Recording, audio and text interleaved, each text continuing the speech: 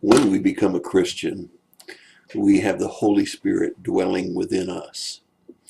That is, when we become a Christian, God places his Holy Spirit inside of us. And we can allow the Holy Spirit to have as much control of us as we want him to have. It's our choice whether we want to yield totally to God or whether we want to continue to operate somewhat in the flesh, or all in the flesh for that matter. But the Holy Spirit's going to make it pretty miserable for us if we decide to do that. In Galatians chapter 5, verse 25, it says, "If you live by the Spirit, let us also walk by the Spirit." Now, what in the world does that mean? If we have the Spirit living in us, then we're living by the Spirit. But what does it mean to walk in the Spirit?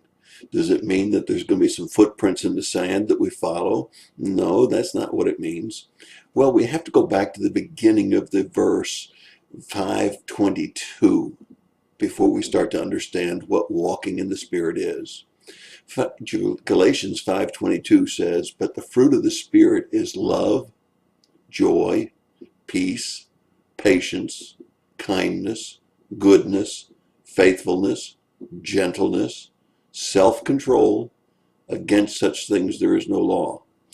So when we walk in the Spirit, we're walking in love, in joy, in peace, with patience, kindness, goodness, faithfulness, gentleness, self-control. Are you walking in the Spirit? Do you find your life filled with the spirit of love or joy or peace? How about patience? Now that's a tough one, isn't it? Are you living and walking with patience, with kindness, with goodness, with faithfulness, with gentleness, self-control? Today I got a new TV. I had an old tube type television, but it was not just a common everyday ordinary tube television. It was one that came out between the new flat screen TVs and the old TVs. It had 1080 resolution, yet it was a tube type television made by Panasonic. It probably weighed over 100 pounds. But it had an incredibly sharp picture and probably will outlast any of the flat screen TVs that I have because it is the old tube type television.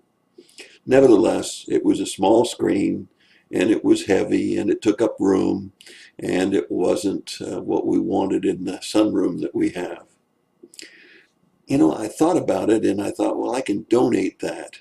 Well, I really couldn't because nobody wanted a regular television. They didn't understand it was 1080. They didn't understand that it was really state of the art, except for the fact it wasn't a flat screen.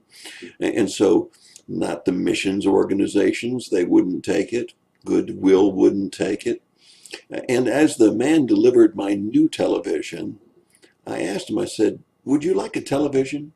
One that works, one that has a good resolution on it, but it's very heavy and it's bulky, but it's a really good television and it's fully operational." And his eyes lit up and he said, "I'd love to have it." And I helped him carry it out to his truck and we put it on this truck. And I'm hoping that he took it home to his family and that they'll get many, many, many weeks of good service out of that TV. Years, actually, is what I hope they get out of it. Kindness, goodness, love and joy. It thrilled my heart that it wasn't going to be thrown away. It was such a good TV.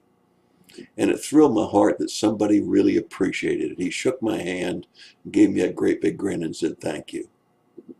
Are you walking in the Spirit? We had lunch this week, the pastor's associate and myself, and we asked the young lady that was serving our lunch